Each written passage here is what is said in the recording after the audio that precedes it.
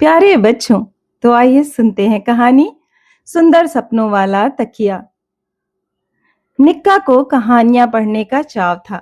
पढ़कर उसके मन में भी एक से एक निराली बातें आया करती थी। वह सोचता, ऐसा हो जाए तो क्या होगा, वैसा हो जाए तो क्या होगा, और आश्चर्य, कई बार वैसा हो भी जाता था। एक दिन की बात है। निक्का अपने घर की छत पर बैठा कहानियों की किताब पढ़ रहा था। बड़ी अच्छी हवा चल रही थी।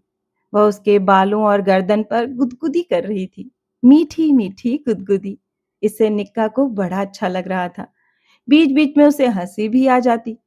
तभी अचानक पंपापुर से एक नन्हा नटखट बच्चा पम पम पू आया। एकदम गोल मटोल, प्यारा प्यारा पम पम पू। उसका चेहरा बिल्कुल चांद जैसा गोल गोल था। होठों पर मीठी हंसी। आते ही बोला, कैसे हो निक्का, मेरे प्यारे दोस्त। निक्का तो उसे देखकर चकरा ही गया। बोला, तुम तो बड़े सुंदर, बड़े से अच्छे से लग रहे हो। पर भाई तुम हो कौन, मैं तो तुम्हें जानता ही नहीं। पम पम पू। अरे भाई, मैं पम पम पू हूँ, तुम्हारा दोस्त, जो बच्चे अच्छी अच्छी कहानियां पढ़ते हैं। मैं उन सभी का दोस्त हूँ। कहकर पम पम पू हंसा। तो देर तक खुदर खुदर हंसता ही रहा। फिर बोला, कैसी सुहानी हवा चल रही है। ऐसे में खुली छत पर बैठकर कहानियां पढ़ना तुम्हें बहुत अच्छा लग रहा होगा। हाँ प्यारे पमपमपू, ऐसा लगता है जैसे हवा मेरे बालों, कानों और गर्दन पर मीठी मीठी गुदगुदी कर रही हो। कहकर निक्का हंस पड़ा। सुनकर पमपमपू भी हंसने लगा। फिर कुछ देर बाद बोला, सुनो निक्का, मुझे पंपापुर के राजा रंपा शंपा ने भेजा है। उन्होंने कहा है कि निक्का बड़ा अच्छा और खुशदिल लड़का है। हमेशा खुश रहता है और किसी का बुरा नहीं चाहता। उसके पास कहानियों की बड़ी बड़ी अच्छी अच्छी किताबें हैं, जिन्हें वह खूब मन से पढ़ता है। इसलिए उसे मेरी ओर से यह सुंदर उपहार देकर आओ। उपहार? कौन सा उपहार? निक्का को बड़ी उत्सुकता हुई। यह जादू वाला तकिया। पम पम पू बोला, बड़ा अनोखा है यह तकिया। इसे लगाकर सोने पर बड़े सुंदर सुंदर सपने आते हैं। सुंदर सुंदर सपने? वाह, यह तो मजेदार बात है। बड़ी ही मजेदार बात। निक्का हैरान बोला, फिर तो यह सचमुच बेशकीमती उपहार है। हाँ, पम्पमपू बोला, और राजा रंपा शाह ने इसे विशेष रूप से तुम्हारे लिए भिजवाया है। उन्होंने कहा कि निक्का बड़ा प्यारा बच्चा है। इस समय वह अपने घर की छत पर बैठा सुंदर कहानियों की किताब पढ़ रहा है। तुम अभी जाओ और उसे यह खुशियों वाला जादू का तकिया देकर आओ। वाह, खुशियों वाला जादू का तकिया? निक्का खुश बोला, यह तो तुमने मुझे बड़ी अनमोल बड़ी चीज दी है। पमपमपू, अब मैं समझा, तुम सचमुच मेरे प्यारे दोस्त हो। फिर कुछ रुक कर बोला, सुनो पमपमपू, प्लीज अपने राजा रंपा शंपा को मेरी ओर से थैंक्स बोलना। ठीक है मेरे अच्छे दोस्त निक्का, बाय। कहकर पमपमपू ने हंसते हुए देर तक हाथ हिलाया और देखते ही देखते गायब हो गया। अब तो निक्का बड़ी बेसब्री से रात होने का इंतजार करने लगा, ताकि देखे कि जादू वाला तकिया लगाकर सोने से कैसे सपने आते हैं। और जब रात हुई तो निक्का वही जादू वाला तकिया लगाकर सोया, जो पमपमपू ने उसे दिया था। सचमुच उस रात एक से एक अजीबो गरीब कमाल हुए। निक्का को उस रात सपने में परियों की एक सुंदर और अनोखी दुनिया नजर आई। वहां उसे खुशदिल पमपम पू नजर आया, जो हंसता हुआ हाथ हिला हिलाकर उसे बुला रहा था। निक्का को लगा कि मैं आसमान में उड़ रहा हूँ, उड़ता जा रहा हूँ। उसे थोड़ा डर लगा, पर मजा भी बहुत आ रहा था। उड़ते उड़ते वह सचमुच परियों के लोक में जा पहुंचा, जहां सब कुछ नया नया और अनोखा था, अचरज भरा। वाह, कितना सुंदर है परीलोक, कितना अनोखा। परीलोक के द्वार पर खड़ा खड़ा वह सोच रहा था। परीलोक का द्वार इस कदर फूलों से सजा था कि लगता था वह फूलों का ही द्वार है। अंदर भी जहां तक नजर जाती फूल ही फूल महकते नजर आते। आइए आइए, धरती के राजकुमार, स्वागत है आपका। परियों की रानी मालती ने उसका स्वागत करते हुए कहा। उसके साथ ही सुंदर फूलों से सजी हुई बहुत सारी परियां थीं। सभी बड़े प्यार से निक्का को देख रही थी। निक्का हैरान सोचने लगा कि मैं तो धरती का राजकुमार नहीं हूँ, पर परियों की रानी ने उसे बड़े प्यार से सोने का मुकुट पहनाया। फिर उसे बड़े आदर से पूरे परी लोक में घुमाया, ताकि वह वहां की अजब निराली चीजें और नजारे देख ले। वहां एक से एक अनोखी चीजें देखी निक्का ने। फूलों से सजे हाथियों ने बारी बारी से उसे परीलोक की सैर कराई। परीलोक में एक के बाद एक 7 द्वार थे। सबके अंदर एक से एक आश्चर्य भरी चीजें।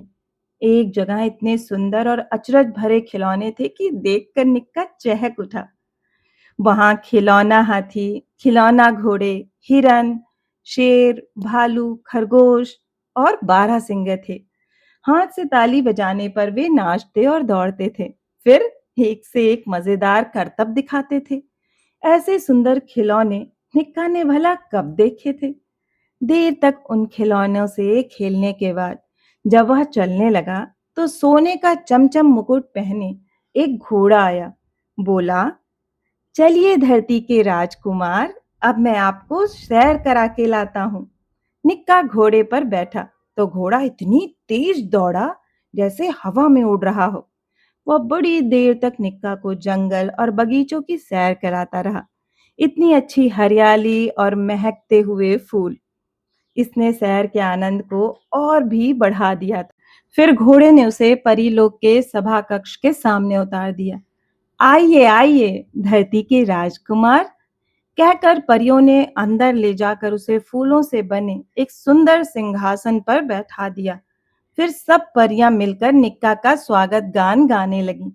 स्वागत है निक्का तुम्हारा, आज स्वागत है निक्का तुम्हारा। तुम अच्छे हो, अच्छे ही रहना।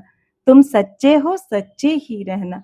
तुमने देखी यह दुनिया हमारी, इसमें आना तुम आते ही रहना। हाँ, स्वागत है निक्का तुम्हारा।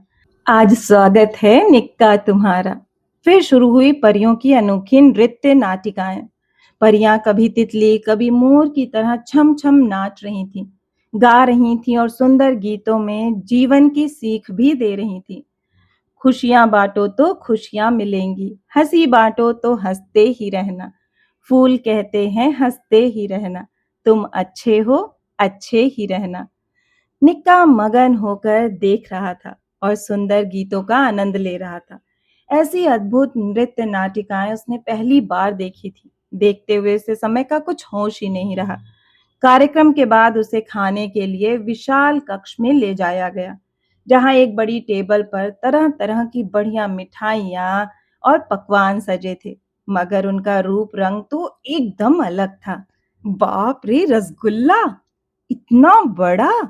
निक्का को बड़ा अचंभा हो रहा था। वहां चमचम भी था, बालूशाही और इमरती भी, निक्का की सारी मनपसंद मिठाइयाँ। पर उन्हें परीलोक के हलवाइयों ने तैयार किया था, तो धरती से उनका स्वाद भी थोड़ा अलग था।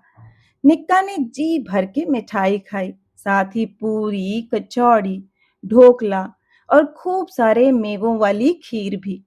फिर थोड़ी देर आराम करने के बाद परियां निक्का को झूला बाग में ले गईं। वहां बहुत से बच्चे बड़ी मस्ती से झूला झूल रहे थे। परियां भी झूला झूल रही थी और गाने गा रही थी। इतने विशाल और किस्म किस्म के झूले निक्का ने पहली बार देखे थे। इनमें एक झूला तो ऐसा था कि पेंग बढ़ाते हुए उसका एक छोर तो परी लोक में होता था और दूसरा छोर धरती पर। अब निक्का की समझ में आया कि परियां कैसे झटपट परी लोक से धरती पर आ जाती हैं। उसमें बैठने पर निक्का की अजब हालत हुई। परियों ने पीछे से धक्का दिया तो निक्का का झूला जोर जोर से हवा में झूलने लगा और इतनी जोर जोर की पेंगे, उसे कुछ कुछ चक्कर आ रहे थे, पर बड़ा अच्छा भी लग रहा था। फिर निक्का ने परी लोक की फूलों की घाटी की सैर की। वहां परियों का सामूहिक नृत्य इतना अनोखा था कि वह कभी भूल ही नहीं सकता। लगता था सारी परियां किस्म किस्म के फूलों में बदल गई हैं और फूलों की घाटी में रंग ही रंग छा गए हैं। कुछ देर बाद निक्का को घर की याद आई, तो परियों की रानी मधुमालती ने उसे प्यार से मुस्कुराते हुए विदा किया। सब परियां विदा करने आईं।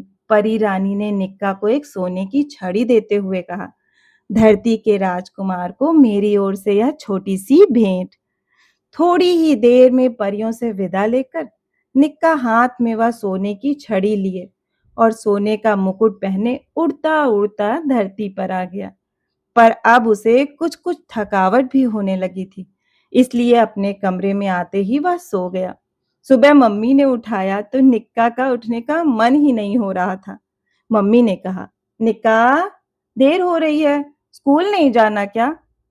जाऊंगा, पर पहले लाओ मेरे सोने का मुकुट और सोने की छड़ी, जिस पर सुंदर सुंदर फूल बने थे। मुझे वह परी रानी ने उपहार में दी थी। लाओ जल्दी। सुनकर मम्मी हंसने लगी। समझ गई कि निक्का ने कोई प्यारा सा सपना देखा है। उधर निक्का भी चकराया हुआ था। उसे सब कुछ अटपटा लग रहा था। यहाँ तक कि पम पू का दिया वह अनोखा तकिया भी नहीं था, जो वह लगा कर सोया था। अरे, मेरा जादू वाला तकिया कहाँ गया, जो मुझे पम पू ने दिया था?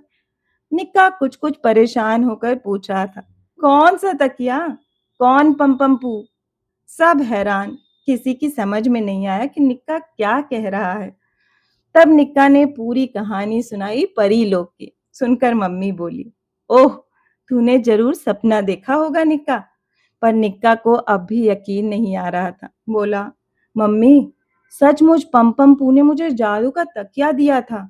मैं सोया तो उड़ते उड़ते परी लोक में जा पहुंचा। परी रानी और परियों ने मुझे बहुत प्यार किया। बोली, आओ आओ धरती के राजकुमार, और सोने का मुकुट, सोने की छड़ी भी भेंट की।